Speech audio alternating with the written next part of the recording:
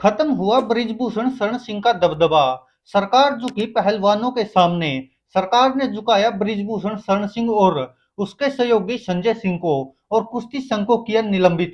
जी हाँ दोस्तों, लगातार कई दिनों से यह खबर बनी हुई थी और वैसे तो देखा जाए तो कई महीनों से चली हुई थी। जिस तरह से बृजभूषण शरण सिंह और उसके सहयोगियों का लगातार कुश्ती संघ में दबदबा था और अब फिर से जिस तरह कुश्ती संघ को निलंबित कर दिया गया सरकार द्वारा, खेल मंत्रालय द्वारा, तो ये कहीं ना कहीं पहलवानों की जीत मानी जा रही है और माना जा रहा है कि पहलवानों के सामने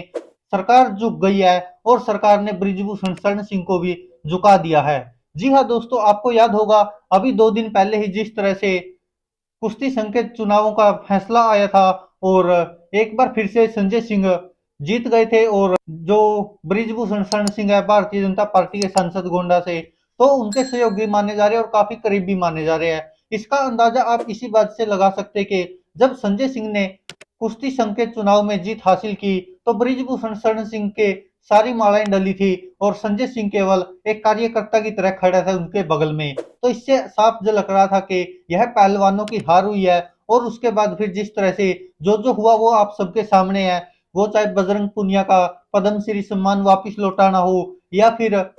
महिला पहलवान साक्षी मलिक का कुश्ती से इस्तीफा देना हो, संन्यास लेना हो, तो वो अब सब आपके सामने था। और उसके बाद देश में भी यह आक्रोश था कि देखिए कैसे पहलवानों को जलील किया गया, पहलवानों की बेइज्जती की गई और किस तरह से बृजभूषण शरण सिंह वहीं का वहीं है और किस तरह से सरकार बृजभूषण शरण सिंह के सामने झुकती नजर आ रही है। ऐसा संदेश गया था देश में, जो अब मीडिया रिपोर्ट्स आ रही है और जो वरिष्ठ पत्रकार है वो ये मान रहे हैं कि सरकार ने शायद इसीलिए यह फैसला लिया है कि यह संदेश गलत जा रहा था और अब 2024 के लोकसभा चुनाव आ रहे हैं तो उसको देखते हुए भी यह फैसला लिया गया है। और अब जिस तरह से जो नया कुश्ती संघ था, जो कि चुनाव होने के बाद संजय सिंह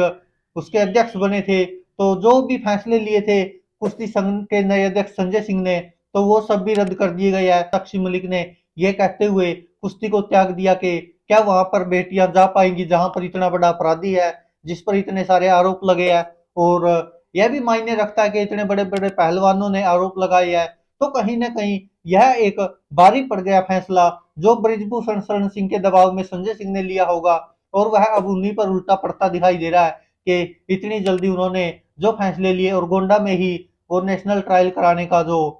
आह्वान किया उसके चलते ये शायद हुआ है। और कुछ लोग मानते इसको राजनीति से प्रेरित है कि चुनाव आ रहे तो जाटों को लुभाने के लिए ऐसा हो रहा है, तो कुछ लोग कह रहे कि सरकार का गलत संदेश चला गया था उस कारण भी ये हो रहा है। क्योंकि आपको याद होगा भी जब बजरंग पुनिया ने पद्मश्री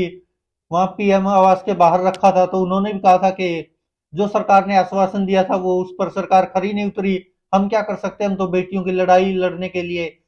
आए थे लेकिन वैसा हुआ नहीं और सरकार ने आश्वासन दिया तभी तो हम धरना प्रदर्शन से उठे थे, लेकिन सरकार अपने आश्वासन पर या जो उन्होंने आश्वासन दिया था उस पर खरी नहीं उतर पाई। ये बजरंग पुनिया ने भी आरोप लगाया था। और रही बात अब के बृजभूषण का दबदबा, आपको याद होगा कि जैसे ही संजय सिंह जीतते हैं कुश्ती संघ का चुनाव तो उसके बाद बृजभूषण और उसके समर्थकों द्वारा यह एक बार बार नारा दिया जा रहा था कि बृजभूषण का दबदबा। और बृजभूषण खुद भी कह रहे थे कि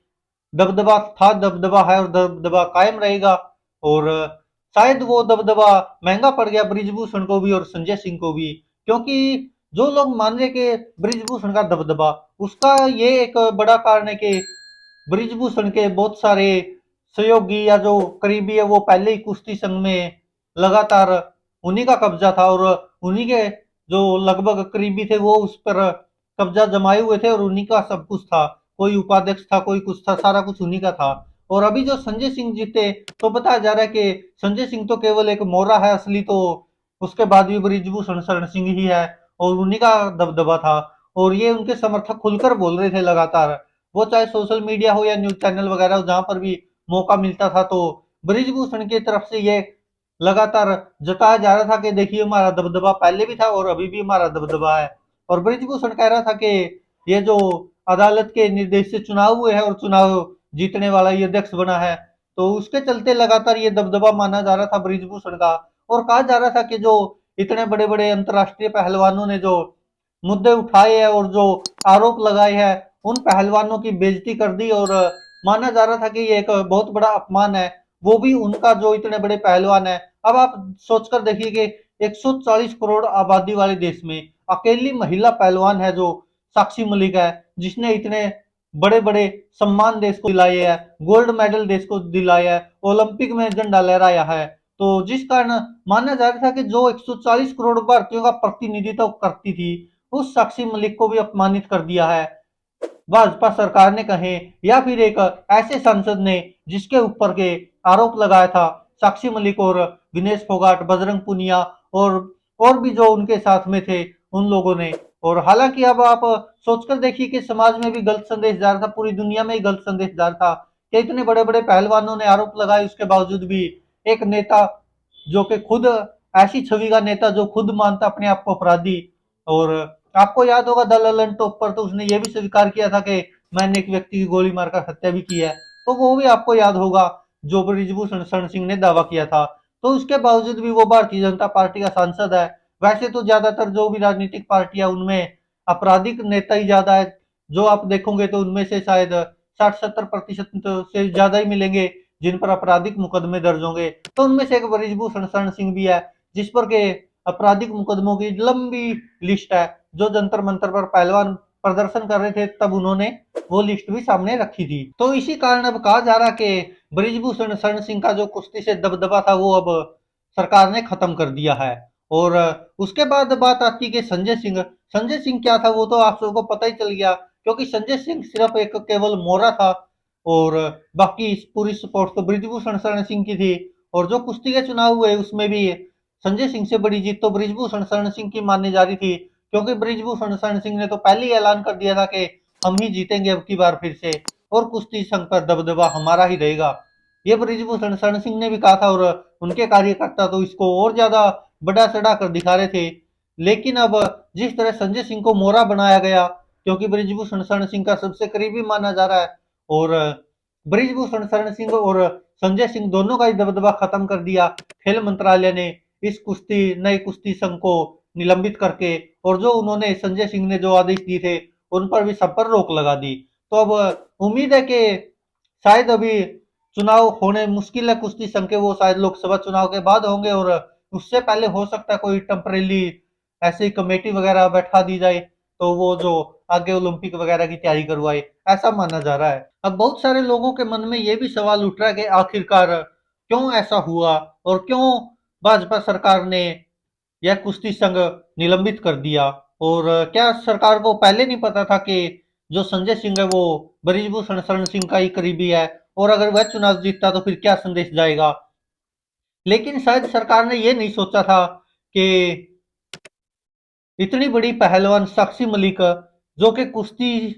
से पहचान बनाई है पूरी दुनिया में, और जो भारत का परचम लहराया पूरी दुनिया में कुश्ती के कारण ही, उसी कुश्ती को भी त्याग सकती है, वो भी इतनी बड़ी पहलवान। ये शायद सरकार को भी अंदेशा नहीं था और ब्रिजभूषण शरण सिंह को भी अंदेशा नहीं था कि उसके कुश्ती छोड़ने से इतना बड़ा प्रभाव पड़ जाएगा। और ऊपर से फिर बजरंग पुनिया, जो कि आप समझ सकते हैं कि खुद प्रधानमंत्री नरेंद्र मोदी तारीफ करते नहीं थकते थे इनकी, यही वही बजरंग पुनिया, वही विनेश फोगाट, वही साक्षी मलिक। और उसके बाद फिर बजरंग पुनिया ने ऐलान कर दिया कि मैं पद्मश्री लौटा रहा हूँ, साथ में प्रधानमंत्री नरेंद्र मोदी के नाम लेटर भी लिख दिया, जो चिट्ठी पोस्ट की थी एक्स पर। और साक्षी मलिक ने कुश्ती का त्याग कर दिया, प्रेस कॉन्फ्रेंस करके कह दिया कि जहां पर कुश्ती करवाई जा रही है अब फिर वहां पर बेटियां कैसे जाएगी, और मैं इस खेल को त्याग रही हूं अगर ब्रिजभूषण शरण सिंह का करीबी ही दोबारा कुश्ती पर कब्जा जमाए बैठा है तो उसके बाद फिर बजरंग पुनिया ने भी पद्मश्री सम्मान वापस कर दिया। उसके बाद एक और हरियाणा के ही पहलवान है, याद होगा आपको, विजेंद्र सिंह यादव, गूंगा पहलवान नाम से प्रसिद्ध है, तो उन्होंने भी कह दिया कि मैं भी पद्मश्री वापस करूंगा। और साथ में विजेंद्र सिंह ने तो और अन्य खिलाड़ियों को भी टैग कर दिया, सचिन तेंदुलकर वगैरह को भी, और कह दिया कि इनको भी साथ में कुछ करना चाहिए और पहलवानों की आवाज उठानी चाहिए। तो उसके बाद लगातार सरकार पर दबाव बढ़ता जा रहा था, क्योंकि सरकार को अंदेशा था कि कहीं अब जैसे साक्षी मलिक ने कदम उठाया, अब आगे चल के विनेश फोगाट है या और भी है जो महिला खिलाड़ी है, क्योंकि वो ना ऐसे ही त्याग करने लग जाए कुश्ती का, या बजरंग पुनिया के साथ में जो बहुत सारे समर्थक है, क्योंकि आप देखिए कि बजरंग पुनिया है, विनेश फोगाट है, साक्षी मलिक है, जो भी कुश्ती करते वो सब इनको जानते और ज्यादातर इनके फैन है और उनके अपने आप को मतलब समर्थक मानते इनके, साक्षी मलिक और बजरंग पुनिया और विनेश फोगाट के, क्योंकि वो आइडल मानते अपना इनको, क्योंकि कुश्ती में इन्होंने परचम लहराया पूरी दुनिया में। और शायद यही कारण था कि सरकार पर दबाव बना, सरकार को शायद ये भी डर था कि आगे चलकर अब जिस तरह से लगातार ये खिलाड़ी त्याग करते जा रहे हैं, आप सोचकर देखिए कि कुश्ती का त्याग करना कितनी बड़ी बात होती है। और साक्षी मलिक जिस तरह से मीडिया के सामने रोती हुई अपने जूते टेबल पर रखे और कुश्ती को त्याग दिया, तो अपने आप में एक बहुत दिल तोड़ देने वाला फैसला और जैसे आत्महत्या जैसा फैसला था ये। और अभी विनेश फोगाट का भी आपने ट्वीट देखा होगा कि उन्होंने कहा कि शायद इंतजार हो रहा है कि कोई पहलवान मर जाए तो फिर रोएंगे उसके ऊपर। तो इसके चलते लगातार सरकार पर दबाव बढ़ता जा रहा था और सरकार की ऐसी छवि बनती जा रही थी कि सरकार पहलवानों के खिलाफ, और पहलवानों को आश्वासन तो दिया धरना प्रदर्शन उठाने के लिए, खत्म करने के लिए, लेकिन शायद ब्रिजभूषण शरण सिंह भारी है सरकार पर भी। और शायद ब्रिजभूषण शरण सिंह का दबदबा अकेला कुश्ती पर ही नहीं बल्कि राजनीतिक दबदबा भी है और सरकार पर भी शायद भारी पड़ते नजर आ रहे हैं। ऐसा लगातार संदेश जा रहा था पूरे देश की जनता में जो मोदी सरकार है उसके खिलाफ। तो शायद यही कारण है कि सरकार पर दबाव बना, जिस तरह से पहलवानों ने एक्शन लिया, प्रेस कॉन्फ्रेंस की, पद्मश्री त्याग दिया, कुश्ती त्याग दी, तो उसके बाद सरकार दबाव में आई, सरकार के बाद फिर ब्रिजभूषण शरण सिंह दबाव में आया और फिर ब्रिजभूषण शरण सिंह के बाद संजय सिंह दबाव में आया और यह अब दबदबा वापिस पहलवानों का कायम हो गया। और यही माना जा रहा है कि अब लगातार जिस तरह से ब्रिजभूषण शरण सिंह और संजय सिंह को निकाल दिया कुश्ती संघ से, तो माना जा रहा है कि अब शायद वापिस हो सकता है कि बजरंग पुनिया भी पद्मश्री वापिस ले ले और जो साक्षी मलिक ने ऐलान किया था कि कुश्ती त्याग रही हूं, तो वो भी शायद अब अपना फैसला बदलने पर विचार कर ले, क्योंकि जो ब्रिजभूषण शरण सिंह का करीबी था उसका सरकार ने खात्मा कर दिया कुश्ती संघ से और ब्रिजभूषण शरण सिंह वापिस उसी जगह पर आ गया, क्योंकि उस पर आरोप लग रहे इतने सारे और उसको अपराधी माना जा रहा है पहलवानों द्वारा। और यही कारण है कि सरकार दबाव में आई तो ये फैसला लेना पड़ा। अब कुछ लोगों के मन में ये भी सवाल आ रहा होगा कि क्या अकेला पहलवानों की तरफ देखकर ही ये फैसला लिया है सरकार ने? सरकार इतनी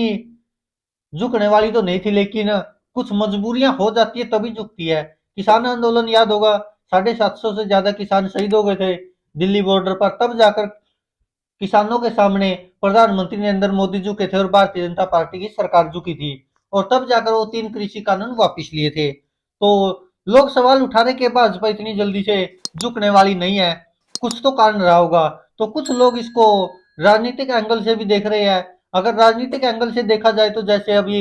आपको याद होगा जगदीप धनखड़ जो उपराष्ट्रपति है उनका मुद्दा उठा था, तो भारतीय जनता पार्टी ने कहा था कि ये देखिए ये जाट समाज का अपमान कर दिया, इंडिया गठबंधन ने ये किसान समाज का अपमान कर दिया, जाट जाति का अपमान कर दिया, ये भाजपा ने कहा। और साथ में उपराष्ट्रपति धनखड़ ने भी यही कह दिया था कि मेरे समाज का अपमान कर रहे हैं।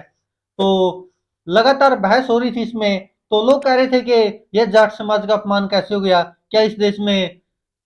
जाटों का प्रतिनिधित्व करते हैं धनखड़, क्योंकि धनखड़ तो कुछ नहीं है जाटों के लिए, तो जैसे और जो लोग है वैसे ही है।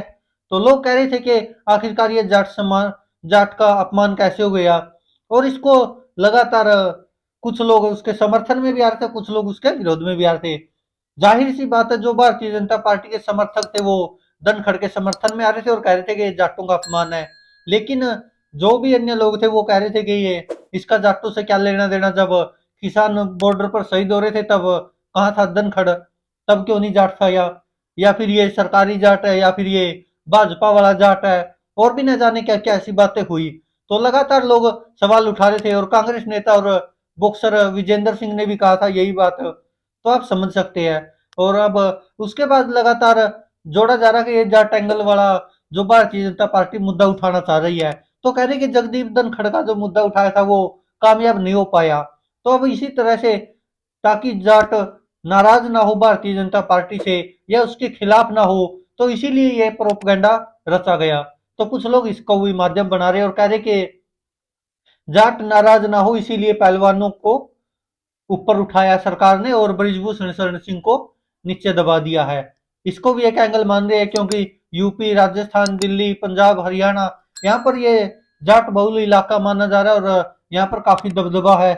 तो कह रहे कि ये पहलवान है जो वो भी जाट जाति से आते हैं और इसीलिए शायद सरकार झुकने के लिए तैयार हुई है क्योंकि चुनाव आने वाले हैं। और लोग कुछ ये भी कह रहे हैं कि ये अगर इतना ही खौफ था तो फिर जाटों के सामने तो किसानों का क्यों नहीं सुनवाई की सरकार ने। तो लोग कह रहे हैं कि सुनवाई तो की लेकिन शायद देर से की क्योंकि चुनाव आसपास नहीं थे और अब लोकसभा चुनाव भी आने वाले और हरियाणा, यूपी इनमें भी चुनाव आने वाले हैं। कुछ ही महीनों का समय बाकी है तो कह रहे कि यही कारण है कि लगातार सरकार अब जाटों को साधने की कोशिश कर रही है और शायद यही कारण है कि बृजभूषण शरण सिंह को नीचे दबा दिया और अब पहलवानों को ऊपर उठा रही सरकार। बाकी दोस्तों आप क्या कहते हो, अपनी राय कमेंट बॉक्स में जरूर दीजिएगा। आपको क्या लगता है कि आखिरकार क्या वजह रही होगी कि भारतीय जनता पार्टी की सरकार झुकने को तैयार हो गई इन पहलवानों के सामने, जैसे किसानों के सामने झुकने के लिए तैयार हुई थी। हालांकि लोग इसको अलग अलग तरीके से देख रहे हैं, टीवी चैनल से जो वो भी बटे हुए हैं, जो मोदी समर्थक है वो अभी भी बृजभूषण शरण सिंह का समर्थन कर रही है और जो थोड़ी बहुत खिलाफत करते हैं तो वो पहलवानों का समर्थन कर रहे हैं। ये लेकिन कहीं ना कहीं हम जज नहीं कर सकते, लेकिन कहीं ना कहीं दोनों के तरफ से देखना होगा, तभी आपको शायद समझ में आ सकता है कि आखिरकार असली कारण क्या है सरकार का झुकने का। दोस्तों आप क्या कहते हैं इस पर अपनी राय कमेंट बॉक्स में जरूर दीजिएगा। वीडियो अच्छी लगी हो तो लाइक और शेयर जरूर कीजिए। सच की आवाज को यूट्यूब चैनल और फेसबुक पेज पर लाइक सब्सक्राइब कर लीजिए। धन्यवाद दोस्तों।